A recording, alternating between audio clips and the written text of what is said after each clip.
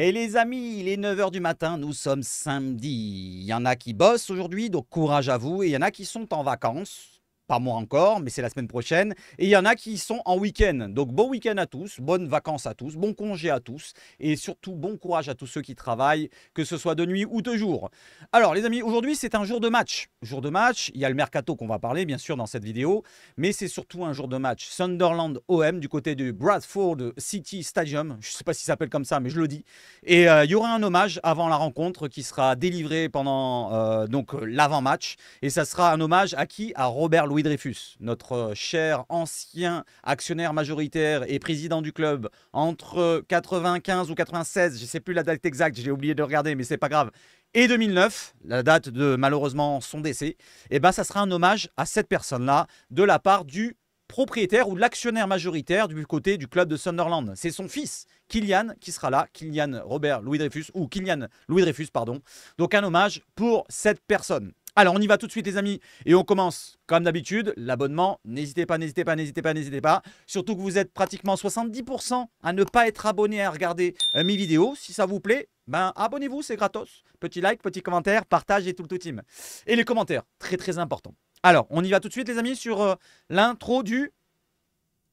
Bonjour Xion. Allez, on y est.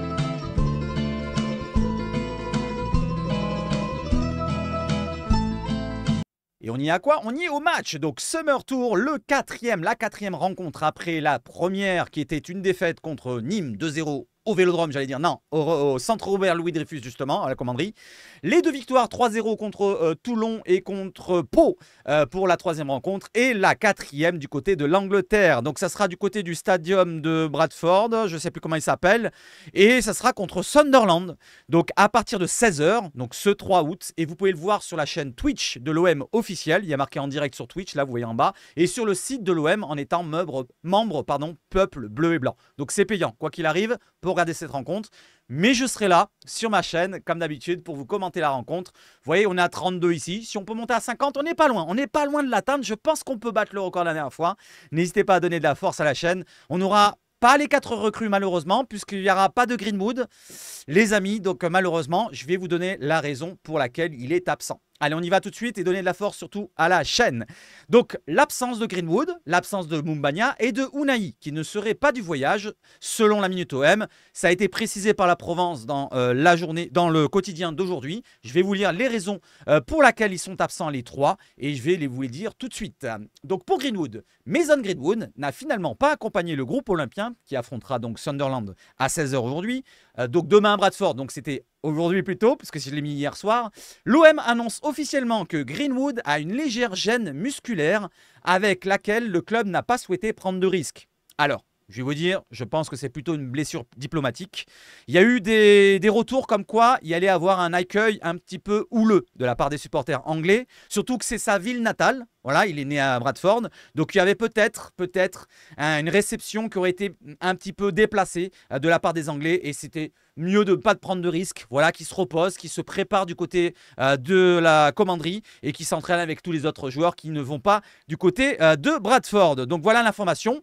Officieusement, moi je dirais, c'est pas officiellement, il a une gêne musculaire, mais je dirais plutôt que c'est plutôt pour le maintenir du côté de l'intégration à Marseille. Voilà, il connaît peut-être pas des petits coins, s'il est à droite, à gauche, peut-être qu'il a encore des cartons à déballer.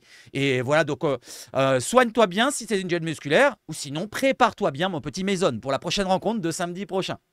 Allez, on enchaîne maintenant avec les autres absents. Donc Unai, je ne sais pas pour laquelle raison il est absent.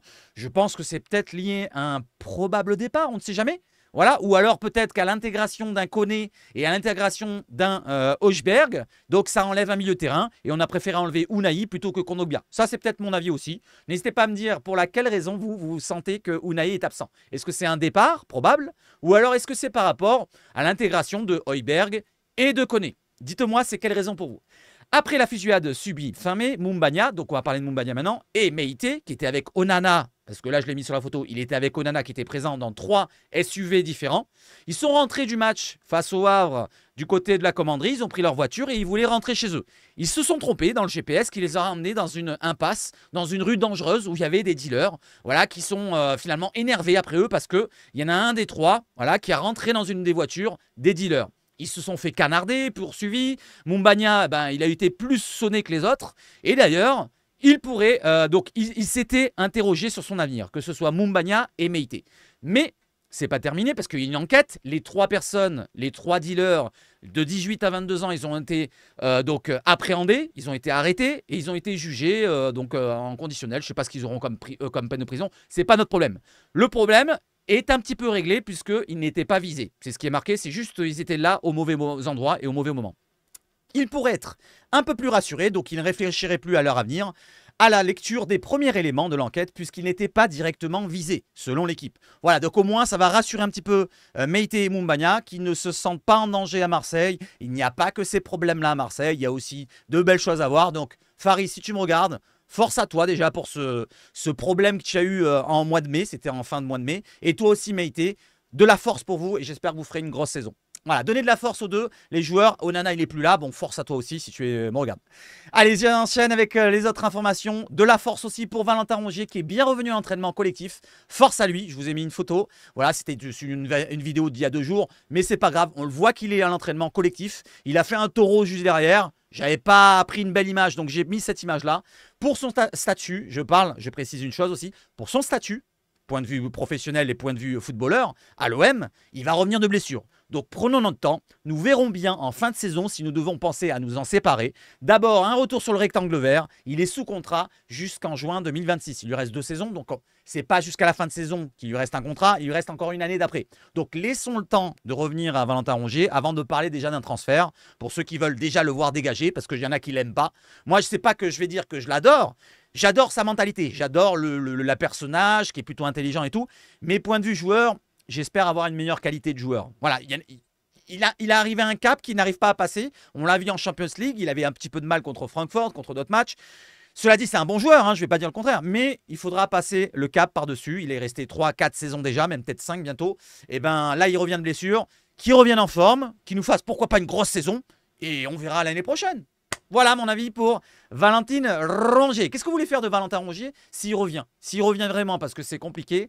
Sa blessure a traîné, ça fait presque 1 an qu'il est absent.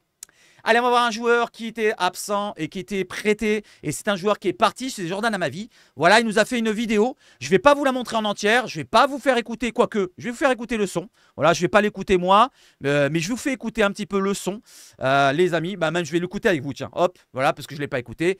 Et il nous parle à nous, chers supporters de l'OM. C'est Jordan Amavi qui nous parle pour son message d'adieu, point de vue supporter. On y va? Let's go, cacao. Chers supporters de l'OM, le moment est venu de vous dire au revoir et de prendre un nouveau chemin dans ma carrière. Depuis mon arrivée en 2017, j'ai compris ce que représentait le fait de porter ses couleurs. On comprend tout une fois qu'on a ce maillot sur le dos. Jordan. Et depuis ce jour, je suis tombé amoureux de ce stade, de ce club et de ses supporters. Jordan. Nous avons partagé des moments inoubliables, comme cette finale d'Europa League en 2018. Il y a eu aussi des périodes un peu plus difficiles, marquées par des blessures, mais je me suis toujours battu pour revenir plus fort et prouver ma valeur sur le terrain. Tout ne s'est pas toujours déroulé comme dans un rêve, mais je ne regrette rien de mon passage ici. J'emporte avec moi des souvenirs précieux et une immense gratitude pour vous, les supporters qui m'avaient soutenu avec votre passion et m'avaient donné la force de continuer à me battre, même dans les moments les plus difficiles. Je vous souhaite de continuer à vibrer pour notre équipe, de voir l'OM remporter des titres et de retrouver la place qui est la sienne au sommet du football français. Vous méritez le meilleur et je suis sûr que de beaux jours nous attendent à tous. Merci pour tout, à très bientôt. Jordan. Et allez l'OM! Et allez l'OM, il a oublié les amis. Et allez l'OM, il a oublié. Voilà, donc le petit message d'adieu qui est plutôt sympa. C'est bien écrit. Après, bon, il doit avoir un CM qui est écrit pour lui. Mais c'est plutôt sympa, cette vidéo, avec une petite musique d'ambiance derrière, un peu tristasse. Voilà, donc les amis, donnez votre avis sur le message d'adieu de Jordan Amavix. Allez, on enchaîne avec un joueur qui est latéral, mais du côté droit. Sildia, qui s'est qualifié hier contre l'Argentine, du côté, je crois que c'était du côté du stade de Bordeaux, le match, ou à Paris, je ne sais même pas en tout cas où c'était. Kylian Sildia se qualifie en demi-finale des JO 2024 avec l'équipe de France en sortant l'Argentine 1-0. La France affrontera l'Égypte lundi pour la demi-finale à 21 h. Voilà les amis, j'espère que ça se passera bien pour lui, à Kylian Sildia qui ne veut que l'OM, comme il dit BOM, parce qu'il y en a un qui dit « Pourquoi tweeter sur lui? Il a signé, il y a un accord ?» Non, il n'y a pas vraiment d'accord. Mais lui, il veut que l'OM. Il s'est mis d'accord verbalement avec l'OM, point de vue salarial ici, pour un contrat de 5 ans, si je ne me trompe pas, ou 4 ans. J'ai fait 4, mais c'est peut-être 5. Et derrière, il n'y a que par rapport au transfert, pour l'instant, que ça pêche. Parce que du côté de Fribourg, ils ont perdu leur latéral droit de base, qui était Hugo Siquet, qu'ils ont vendu du côté de Bruges. Et ils n'ont pas d'autre solution. Pour l'instant, à voir dans les prochains jours, les prochaines semaines sur le site d'IA. Donc on en reste là, bonne chance à lui pour la fin des JO. Allez, un joueur qui est arrivé hier, je vous en ai parlé, donc je pensais qu'il allait signer hier, mais il est arrivé en fin d'après-midi, voire en début de soirée, du côté de Marseille. Il est arrivé physiquement. Derek Cornelius a bien rejoint Marseille hier en fin de journée. Il passe sa visite médicale aujourd'hui, donc ce samedi, avant de s'engager pour 4 saisons avec l'OM. Le montant du transfert, j'avale les travers, c'est environ 4 millions. On va rester dans les environs des 4 millions d'euros. Il aura un salaire, je ne sais pas encore, mais ça sera un petit salaire à mon avis. Moins de 150, je dirais. Voilà, vu une pif comme ça. Et on verra bien de toute façon à l'avenir combien il touchera par mois. De toute façon, ce n'est pas le plus intéressant. Le plus intéressant, c'est la qualité du joueur. En espérant que les vidéos que je vous ai faites dernièrement avec la description plutôt du joueur, si vous voulez la voir, n'hésitez pas à regarder les anciennes vidéos. Je vous mettrai un i pour celle qui concerne sa description avec l'article de la Provence qui avait bien été écrit et sans anciens partenaires. Voilà, vous regardez, il y aura un i qui s'apparaît ici. Voilà, donc bienvenue à toi, mon petit Derek. Allez, on enchaîne avec un autre joueur qui sera bientôt là aussi, c'est lui, Valentin Carboni à l'OM. C'est fait, ce serait fait. Plus ou moins, je vais des conditionnels encore. Il sera officialisé lundi. Donc lundi, pas ce week-end malheureusement, selon, comment ça s'appelle ce média, Calcio Mercato. Alors à prendre avec des pincettes comme d'habitude, mais du côté italien maintenant, on précise que c'est fait. Et il y aurait un salaire, là j'ai vu qu'il y a plusieurs sources qui en parlent de ce salaire-là, 3 millions d'euros bruts par an. On va voir dans la fourchette des joueurs de l'OM à quel niveau il se situe. Le deal, c'est près d'1 million d'euros, écoutez bien, il y a une précision en plus maintenant. Près d'1 million d'euros, option d'achat 36 millions d'euros, on l'a déjà entendu ça, en fin de saison de cette saison-là. Donc si l'OM est convaincu du joueur, de la qualité, il lève cette option, ça fait 36 plus 1, 37 millions au bout du compte. Par contre, l'Inter a une clause de rachat, mais que sur 10 jours, une fois l'option levée. C'est-à-dire que l'OM, il lève l'option, voilà, il paye 37 millions en tout. Et derrière, l'Inter n'a que 10 jours pour lever son option de rachat, qui est à 40 millions. Donc s'ils le veulent vraiment, ils vont devoir réfléchir assez vite du côté de l'Italie. Donc voilà un petit peu la précision. On a surtout le salaire et ces précisions de 10 jours de réflexion pour le rachat de l'Inter. Voilà les amis, pour la précision du deal, on est un peu plus informé maintenant.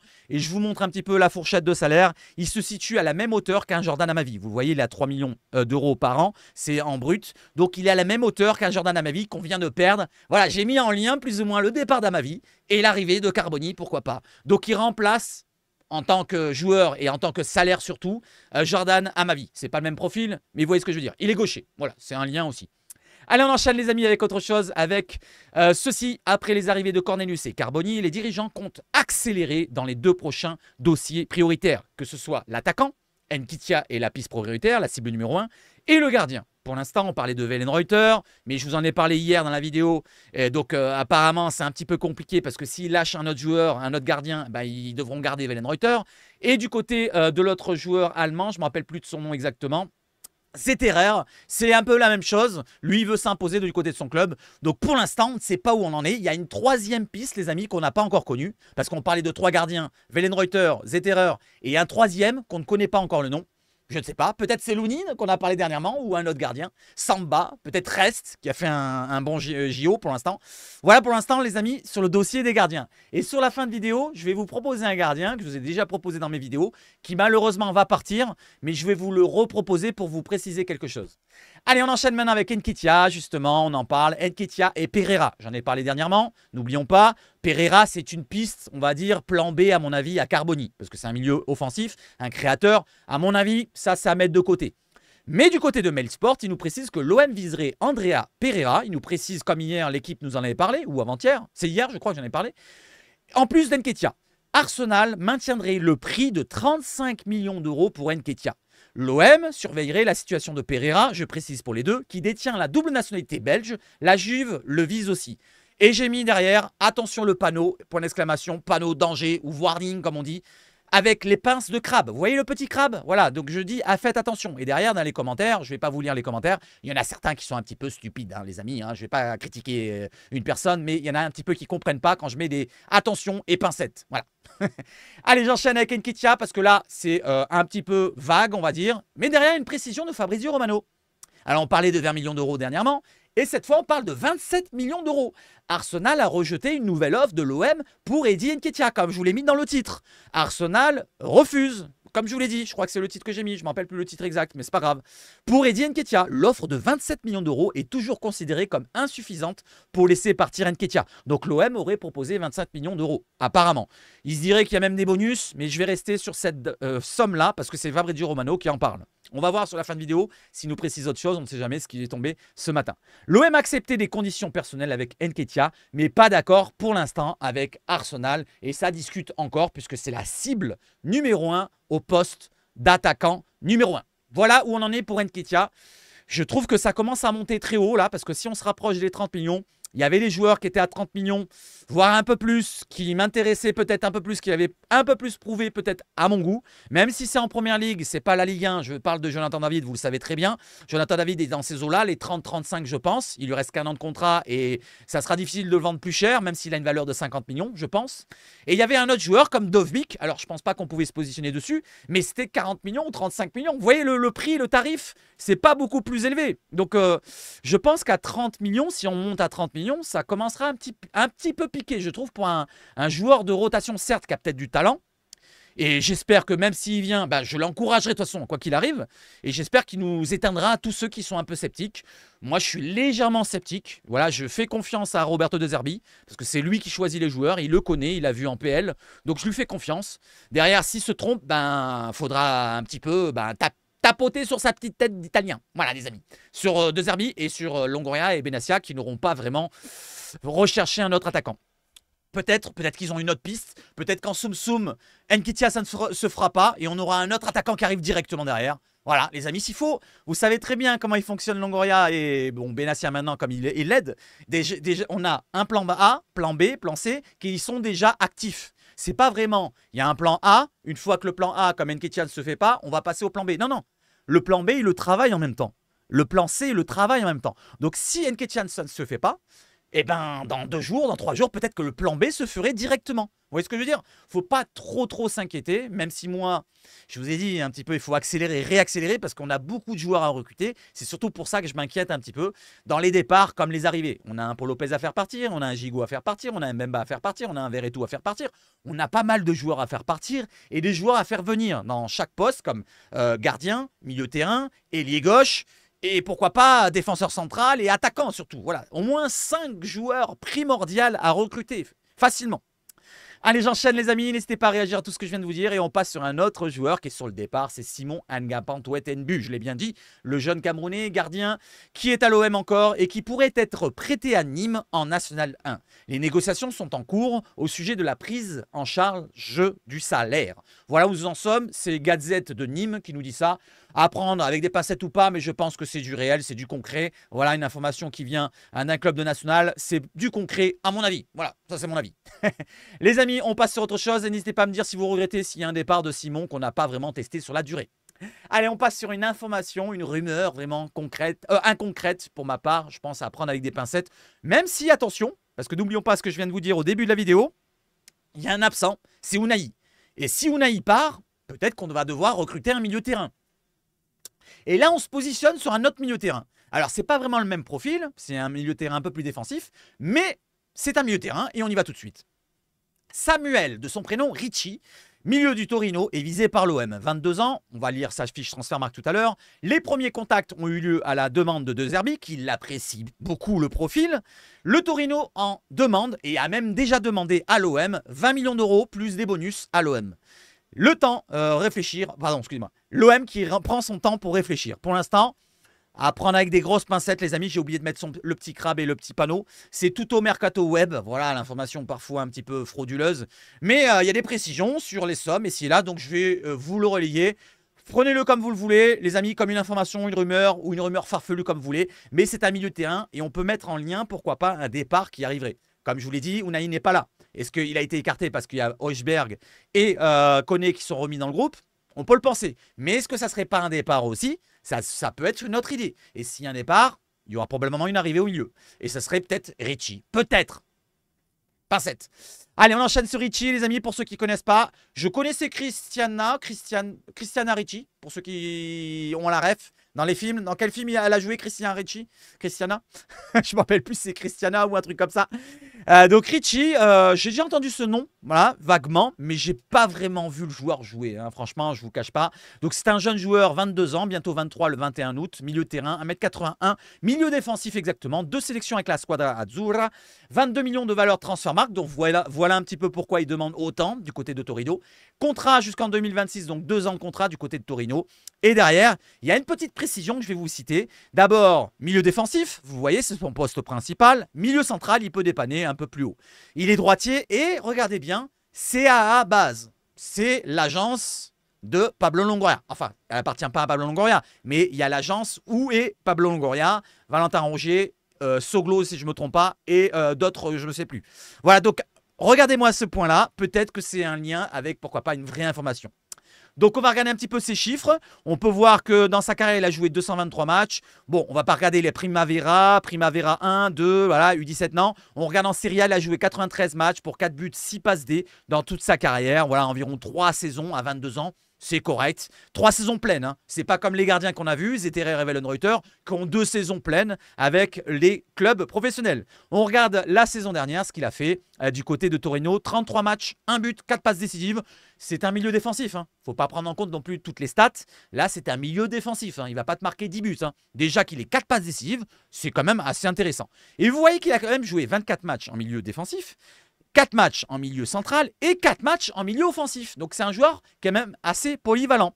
On va voir maintenant sur une petite comparaison que j'ai voulu faire pour voir avec Højbjerg. C'est pas vraiment le même profil et on y va tout de suite. On voit que Højbjerg est en bleu et on voit que le jeune Sabrina, j'allais dire, Samuel Richie, qui est en rose. Vous le voyez en... Alors je ne me rappelle plus c'est quoi Carring. Carring c'est le ballon porté si je ne me trompe pas.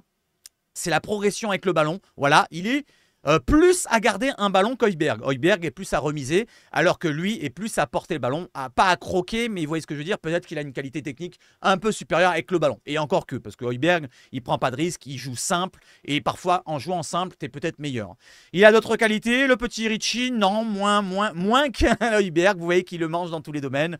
Voilà, donc on va pas regarder sur les autres joueurs. Si vous voulez, je peux regarder sur un Koné, par exemple. Est-ce que Koné... Ah non, Koné, il n'y est même pas dans les fiches. Je peux regarder sur un Verretou peut-être. Voilà, ou Unai. Allez, bah tiens, on va voir Unai. Est-ce qu'il y a Unai? Allez, on regarde Unai, justement, on ne sait jamais si c'est un départ. Alors, Unai est en vert. Bon, vous voyez que Unai est beaucoup plus à l'aise. Voilà, il porte beaucoup le ballon. Dans les passes offensives, il est plus fort. Dans les petites passes, il est plus fort. Dans les pourcentages de réussite des passes offensives, il est plus fort. Les passes clés, il est plus fort. Les progressions de passes, il est plus fort. Donc, voilà un petit peu. Dans les duels, Unai, par contre, il est beaucoup moins fort. Voilà un petit peu le joueur qu'on peut avoir, et on va comparer aussi à Verretou. Voilà, tant qu'à faire, Jordan Verretou, c'est le jaune, et vous voyez que Jordan Verretou est complètement différent. Voilà, faites-vous votre propre avis, n'hésitez pas à me dire qu'est-ce que vous en pensez de Richie, pour ceux qui le connaissent en Serie A, n'hésitez pas à en parler. Allez, un autre milieu de terrain maintenant, qu'on va abandonner, j'en ai parlé hier dans la dernière vidéo, c'est lui, Guido Rodriguez, qui devrait aller du côté de West Ham. Il y a marqué quoi? Irigo, selon Fabrizio Romano. Donc, next cette piste-là, vous voyez ce que je vais faire de ça? Regardez, 5,81, et hop, elle disparaît. Un autre joueur qui va bientôt disparaître, c'est Eki Fernandez. Donc, Alcatia est toujours dessus. Et Eki Fernandez quitte Boca. Alcatia a informé donc Boca Junior qu'il exécute la clause au nom du footballeur et dispose de 72 heures pour effectuer le paiement. Boca dit que c'est 20 millions de dollars maintenant. Et les Saoudiens plutôt disent que c'est 15 millions de dollars. Transfert de 15 millions de dollars US. Boca se tournera vers la FIFA pendant 5 ans. Le contrat, voilà, donc ça va peut-être traîner parce que Boca, ils veulent 20 millions de dollars. Et du côté du club saoudien d'Alcatia, ils veulent proposer que 15 millions de dollars. Donc je pense que ça va se faire. Quoi qu'il arrive pour Eki Fernandez, malheureusement, on ne l'aura pas du côté de l'OM. Maintenant, on va passer sur le gardien que je voulais vous proposer, les amis. Voilà, c'est une courte vidéo, mais on se retrouve tout à l'heure. On parlera du mercato avant-match. En avant-match, les amis, je vous remontre vite fait pour ceux qui ne l'avaient pas vu. En avant-match, on se retrouve à partir de 14h45. Voilà, je vais pas beaucoup dormir, mais je serai là, je serai présent et on va passer un bon moment, j'espère. Pendant 1h et quart, on fera que du mercato. Après, on passera sur le match et on ira de temps en temps sur le mercato pour ceux qui ont des infos à faire circuler. Allez, on retourne un petit peu sur le gardien que je voulais vous proposer, c'était lui. Est-ce que vous vous souvenez que je vous avais parlé de Rajkovic, l'ancien gardien de Reims, que j'aimais beaucoup quand il était en Ligue 1 et qui est parti du côté de Majorque pour 2, 3, 4 millions, je ne sais plus exactement la somme à l'époque. C'était à l'époque qu'on avait recruté Paul Lopez. Moi, j'avais dit, pourquoi on va chercher Paul Lopez? Je ne vais pas dire que c'était un mauvais gardien quand il est arrivé, je l'ai encouragé ici, là, mais je trouvais que ce gardien-là était intéressant. Il était jeune, il avait que 23, 24, 25 ans, je crois, un truc comme ça, le gardien serbe ou bosniaque, je ne sais plus de quelle nationalité. Et il est parti du côté de Majorque, maintenant il va du côté de l'Arabie Saoudite, à l'Al-Ittihad, qui investit 11,5 millions de dollars, de frais de transfert.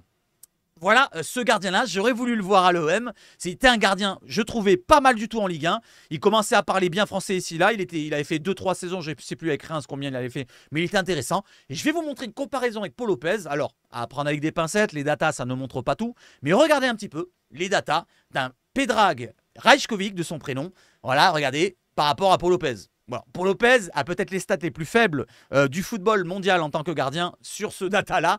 Mais on peut voir que par rapport à Paul Lopez, il y a quand même une grosse différence. Il le croque comme un enfant. Et on va pas dire que c'est un autre poste puisque c'est deux gardiens. Je peux même comparer un autre gardien, pourquoi pas. On va regarder Brice Samba ou Zéterer. Là. La dernière fois, on parlait des Zéterer. Hop, on va regarder Zéterer, on va le comparer aux jeunes. Au jeune Rajkovic, qui est encore jeune, pourquoi pas, pour voir un petit peu. Et on voit que quand même, mis à part, en fait, c'est le contraire. En fait, il est plus fort dans les dégagements longs, dans les lancements, dans les passes longues, dans les dégagements moyens. Mais sinon, dans les arrêts de pénalty aussi, il est beaucoup plus fort, Rajkovic. Sinon, dans tout ce qui est jeu court, dans le jeu aérien, il est légèrement moins fort qu'un Zéterer. Mais c'est pas dégueulasse dans tous les domaines. Il est quand même assez énorme, à part peut-être les expected goals sans les pénaltys, les amis. Voilà les amis, et je pense qu'on va terminer sur cela, sur une photo avec ça. Pourquoi je ne sais pas montrer ça? Bon, moi c'est pas grave. On va rafraîchir la page. Vous voyez qu'il y a Lacour, je crois que c'est ça. Ouais, Camille Lacour qui porte une robe, allez les bleus, du côté des JO. Bon, on va arrêter avec ces conneries-là. Et on va rafraîchir la page. Voilà, donc on regarde s'il y a une information qui vient de tomber. Hop, on rafraîchit la page. J'espère que ça va dégager. Voilà, ça dégage. Et on regarde un petit peu, on regarde un petit peu, on regarde un petit peu, on regarde un petit peu. Et on regarde un petit peu. Qu'est-ce qui se passe, Benfica? Non, ça ne nous concerne pas. Donc, je ne vais pas regarder tout le long parce que sinon, ça va être trop long. Vous savez ce qu'on va faire? On va regarder Fabrizio Romano. On va regarder 2-3 pages comme d'habitude. Déjà, on va regarder l'OM, si ça n'annonce pas quelque chose officiellement. Voilà, il n'y a rien, il y a le match. On va regarder Fabrizio Romano, le GOAT. The Goats.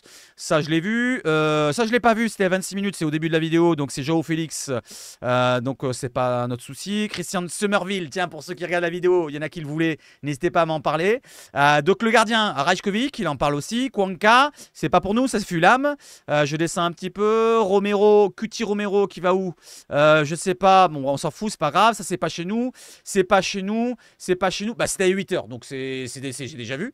Je vais regarder chez mes copains BOM, on va regarder un petit peu. Qu'est-ce qu'ils ont mis de nouveau? Rien du tout depuis 5 h. Ils se sont endormis. Mercato OM, on va regarder un petit peu. Il n'y a rien de nouveau depuis 9 h. Chez Massilla Zone, on va regarder un petit peu aussi. On va voir. Je pense qu'ils se sont endormis. Oui, ils se sont endormis depuis des heures. Voilà, les amis. On va rafraîchir ce Nicolas. Voilà, pour voir s'il n'y a pas la conférence de presse demain. À mon avis, non. Mais c'est pas grave, on regarde quand même. On va regarder chez qui? Chez eux. Voilà, donc un petit compte qui est intéressant de temps en temps. Les amis, donc ils parlent un petit peu des mêmes choses que j'ai mis tout à l'heure. La gêne musculaire de notre cher Mason Greenwood. Et puis Info M pour terminer, les amis. Voilà, donc Info M qui mettent la même chose. Et même le petit OM. Tiens, on va terminer par le petit OM. Les amis, pour voir un petit peu. Tac, tac, tac. Il a rien mis. Qu'est-ce qui se passe? Le Zénith a proposé quelque chose. Ah, attention, une petite information à prendre avec des pincettes aussi. Le Zénith est en pourparlers avec l'OM pour un transfert d'Amin Harit après l'échec du transfert d'Ilic. Ah oui, Ilic, c'est en lien aussi avec le milieu de terrain donc qu'on a parlé tout à l'heure. Donc il est au même club que Ricci. C'est le même club. Et d'ailleurs, Ilic, ça a abandonné du côté des Zénith. Alors peut-être qu'un Amin Harit partirait du côté des Zénith. À prendre avec des pincettes. Mais voilà, vous avez une information supplémentaire. Merci le petit OM d'avoir relayé ça. Je vais regarder tout à l'heure. Et je descends un petit peu s'il a mis autre chose. Je ne pense pas. Il parle pareil des joueurs qu'on a vus déjà. Voilà les amis, la dernière information qui est là. Les amis, go! J'espère que vous avez passé un bon moment avec moi. N'hésitez pas à me dire si ça vous plaît ce format-là. Pour ceux qui découvrent la chaîne, je fais un scénario du Mercato. Hein. Je fais pas un résumé et prendre point par point. Non, je fais un scénario. Donc, si vous voulez avoir toutes les informations, il faut regarder les vidéos tous les jours. Par exemple, vous n'êtes pas mis au courant pendant le Mercato pendant 2-3 jours. Vous regardez mes vidéos, les 3 dernières. C'est peut-être un peu long, ça dure une demi-heure. Chaque vidéo, ça vous prend 1h30. Mais c'est comme un film. Et moi, je vous fais vivre la vidéo. Voilà, je ne m'endors pas comme ça, comme certains. Ouais, je pense que... Ouais, techniquement, c'est pas mal sur le terrain. Voilà, il joue dans le demi-espace. Voilà, il est gaucher. Non, non, moi je vous fais vivre. Voilà, comme un film avec Jean-Pierre qui est là avec nous. Il le passe avec nous, ce film-là. Voilà, voilà. Et je pense qu'on prend du bon plaisir, du bon moment, pardon. Excusez-moi. Allez, on y va, let's go. Sur quoi? On y va sur la fin de vidéo. Et avant de passer sur la fin de vidéo, merci encore de me soutenir. Pour ceux qui sont abonnés sur la chaîne, n'oubliez pas, je vais vous offrir un maillot. Voilà, pour ceux qui sont abonnés, je parle pécuniairement, qui payent un abonnement par mois. Voilà, donc c'était pas obligé d'en mettre un, mais comme il y en a qui me donnent des dons de temps en temps, bah, je me suis dit on va les récompenser. Je les récompense en donnant des cadeaux. Voilà, donc là, c'est des maillots qui me restent de l'année dernière. C'est des maillots, le troisième, le Third avec les flammes, et le premier maillot, le blanc de l'année dernière. Voilà, donc malheureusement, pour l'instant, je ne peux pas offrir de cette année, mais on verra à l'avenir. On verra à l'avenir, et il y en aura un deuxième que j'offrirai sur un quiz. Sur la chaîne Twitch quand il y aura une conférence de presse. Voilà les amis, et on se retrouve tout à l'heure à 14h45, peut-être 50 parce que le temps que je me réveille, que j'ouvre les yeux comme ça, je serai... Mais en tout cas, on se retrouve tout à l'heure pour parler du mercato et du match ensemble. Voulez-vous foot? Et surtout les amis, attendez, je rafraîchis la page de mon côté, on ne sait jamais. Parce que vous savez ce que c'est, hein. Des fois je loupe une information de dernière minute, de dernière seconde. Voilà, je rafraîchis la page. Super joueur, je valide, nous dit Whitewood, donc bois blanc. On rafraîchit. Ah, Romano a mis quelque chose. Romano, il a mis quoi? Ricardo Rodriguez qui va signer du côté de Betis Séville. Et c'est un joueur libre. Je vous montre la vidéo, je vous montre la photo. Lui, moi ça m'intéresse de l'avoir, ce joueur-là. Il a de l'expérience, c'est un super joueur, il a un super pied gauche. Donc c'était intéressant, pourquoi pas. Bon, on a pris Cornelius, j'ai rien contre lui. Mais moi, je connaissais plus Ricardo Rodriguez, qui a joué du côté de l'AC Milan, qui a joué dans des gros clubs. Donc, c'était intéressant. Après, il y en a qui vont dire « Ouais, il est cramé ici et là. » Non, non, il n'est pas cramé. Il a joué encore l'Euro avec la Suisse. Il n'a pas été si dégueulasse que ça. Donc, c'était un joueur intéressant qui pouvait jouer dans l'axe et arrière-gauche. Donc, ça, c'était un coup intéressant à faire, libre. Et on aurait économisé peut-être, pourquoi pas, un transfert, même si en salaire, c'était plus élevé. Voilà les amis, je reviens sur la fin et je vais vous souhaiter de passer une bonne journée. Si vous voulez me voir, c'est en live tout à l'heure, 14h45. Villefaux chez Sabache Foot et surtout... Oh, il y a encore quelque chose. Oh, c'est pas possible. Ça bouge. Non, c'est bon. Et surtout, allez l'OM. Ciao, ciao. À tout à l'heure.